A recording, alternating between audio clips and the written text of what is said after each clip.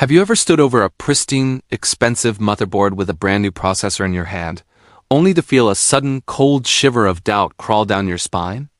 You look at the pins, you look at the socket, and for a split second, you realize that if you then made one single mistake in your research, one tiny oversight in compatibility, that crunch you might hear wouldn't be the sound of a successful installation, but the sound of $500 evaporating into the air. Building a PC is often described as Lego for adults, but that's a dangerous oversimplification. In the world of silicon, the stakes are higher, the tolerances are thinner than a human hair, and the language of compatibility is written in a confusing code of LGA, PGA, chipsets, and nanometers. Today, we aren't just looking at parts. We are embarking on a journey into the very nervous system of modern computing. Whether you are a hardcore gamer looking for that extra frame per second, a creative professional building a workstation to render the next cinematic masterpiece, or a curious soul wanting to understand the device in your pocket, this story is for you. We are going to demystify the brain of your computer and the socket that gives it life. Imagine for a moment that you are building a high-speed rail system. You have the world's fastest locomotive, the CPU, capable of incredible speeds. But if the tracks, the motherboard, aren't built to the exact gauge of the wheels, or if the station, the socket, doesn't have the right docking mechanism, that locomotive is nothing more than a very expensive paperweight. Choosing the wrong CPU or motherboard socket is the most common build ruiner in the tech world.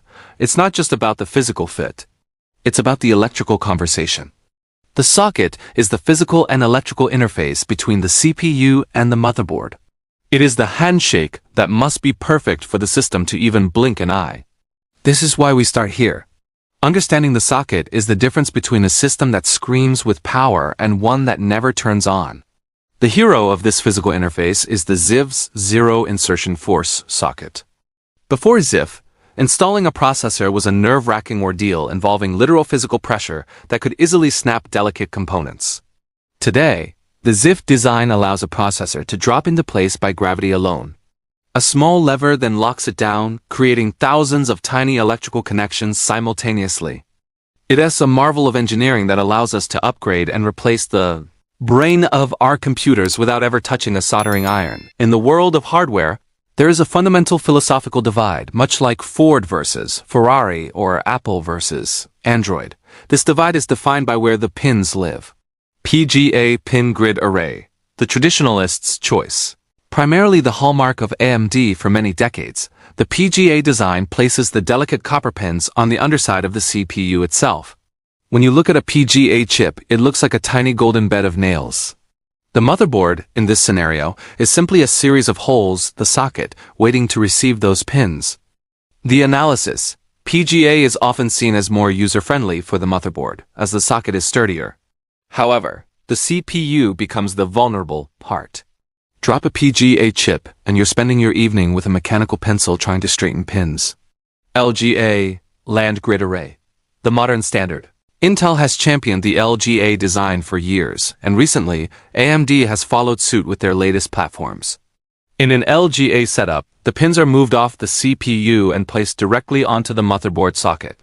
The bottom of the CPU is flat, featuring gold lands or contact points. The analysis. This shift moves the risk of damage from the expensive processor to the usually less expensive motherboard. It also allows for a much higher pin density. As CPUs become more complex, they need more paths for power and data. LGA makes it easier to pack 1,700 or even 2,000 contact points into a tiny square inch. Intel's history of sockets is a roadmap of rapid evolution. If you look at the Intel lineup over the last decade, you see a trend. Intel likes to change things. While this often frustrates builders who want to keep their motherboards for years, it is driven by the need for more power delivery and faster data lanes. From the older LGA 1150 and 1151 to the modern LGA 1200 and 1700, each generation brings a higher pin count. But here is the gotcha for the unwary builder. Physical size does not equal compatibility.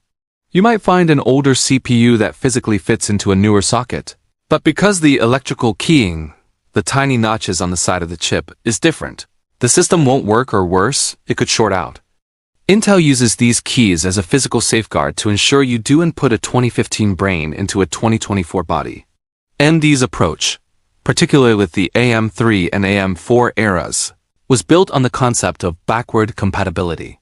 For years, AMD users enjoyed the ability to upgrade their CPU while keeping the same motherboard, provided the BIOS, the motherboard's internal software, was updated. AMD also introduced the world to the APU, Accelerated Processing Unit. While we often think of the CPU as just a calculator, the APU is a hybrid. It combines a powerful CPU with a capable graphics processing unit, GPU, on a single piece of silicon. For everyday users and budget gamers, the APU changed the game, allowing for good enough gaming without the need for a bulky, expensive dedicated graphics card. Now that we've discussed how the CPU connects to the world, let's look at what's happening inside that silver heat spreader. The CPU is the brain, but what makes one brain smarter than another? Clock speed. This is the heartbeat of the CPU measured in gigahertz (GHz). It represents how many cycles of calculations the CPU can perform in 1 second. A 5.0 GHz processor is literally thinking 5 billion times per second. Cores and threads. If clock speed is how fast a worker can move, cores are the number of workers on the job. In the old days, we had single-core CPUs. If the computer was busy printing a document, it couldn't easily browse the web. Today we have multi-core processors. A 16-core CPU is like having a specialized team. Some handle your game, others handle your background music, and others handle your operating system security. The magic of modern computing is that these cores can share the load, making your system feel snappy even when you're doing 100 things at once. One of the most significant leaps in computing history was the shift from 32-bit to 64-bit architecture. But why does this matter to you? It all comes down to memory addressing. Think of your RAM, memory, as a massive parking lot. A 32-bit processor only has a small set of address slips. It can only recognize up to 4 gigabytes of RAM. Even if you plugged in 32 gigabytes of RAM, a 32-bit system would simply ignore the rest because it doesn't have a name for those extra parking spots. 64-bit architecture changed everything. It can address a theoretical amount of RAM so large, 16 exabytes, that we will likely never reach its limit in our lifetimes. This allows modern computers to handle massive video files, complex 3D worlds, and dozens of browser tabs without breaking a sweat. It is the foundation of modern efficiency. If the CPU is the brain and the RAM is the parking lot, the cache is the short-term memory. Fetching data from your hard drive is slow. Fetching it from RAM is faster. But the CPU is so incredibly fast that even RAM can't keep up with it. To solve this, engineers built tiny amounts of ultra-fast memory directly onto the CPU chip. This is the cache, L1 cache, the fastest, smallest, and closest to the core. It holds the data the CPU needs right this nanosecond. L2 cache, a bit larger, a bit slower, acting as a secondary staging area. L3 cache, the largest pool of cache, often shared between all the cores. It acts as a massive reservoir of data that prevents the CPU from having to wait on the slower RAM. In the early days of computing, cache lived on the motherboard. Today, it is integrated directly onto the silicon die. This evolution of placement is one of the primary reasons modern computers feel so much more responsive than the machines of 20 years ago. Even the most powerful brain needs a nervous system to talk to the rest of the body. This is where the chipset comes in. If the CPU is the king, the chipset is the prime minister. It manages the flow of data between the CPU, the memory, the USB ports, the hard drives, and the graphics card. In older designs, this was split into two distinct parts. The North Bridge. This was the high-speed controller. It sat physically close to the CPU and handled the VIP components, the RAM and the graphics card. It needed to be fast because any delay here would cripple the computer's performance. The South Bridge. This handled the slower stuff: USB ports, SATA drives, hard drives, and audio. Because these components move at a slower pace than a graphics card, they didn't need the direct, ultra-fast connection of the North Bridge. In modern systems, the North Bridge has largely been absorbed into the CPU itself to reduce latency even further. What we call the chipset today is mostly the evolution of the South Bridge, managing your peripherals and expansion slots. As we conclude this deep dive into the silicon labyrinth, I want to offer you 3 pieces of advice drawn from the collective experience of thousands of builders. Research the socket roadmap. Before buying a motherboard, look at whether the manufacturer plans to support that socket for several years. It's the difference between a system you can upgrade in 3 years and one you have to throw away. Don't overlook the chipset. Everyone looks at the CPU speed, but the chipset determines how many USB ports you have, how fast your storage will be, and whether you can overclock your system. A high-end CPU on a low-end chipset is like putting a Ferrari engine in a lawnmower. Respect the pins.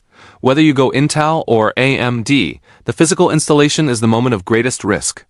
Take your time, use good lighting, and never force a chip into a socket. If it's right, it will fall in like a key into a lock. Now, I want to hear from you. This journey through the hardware world is one we take together. Have you ever had a hardware horror story where a compatibility issue ruined a build?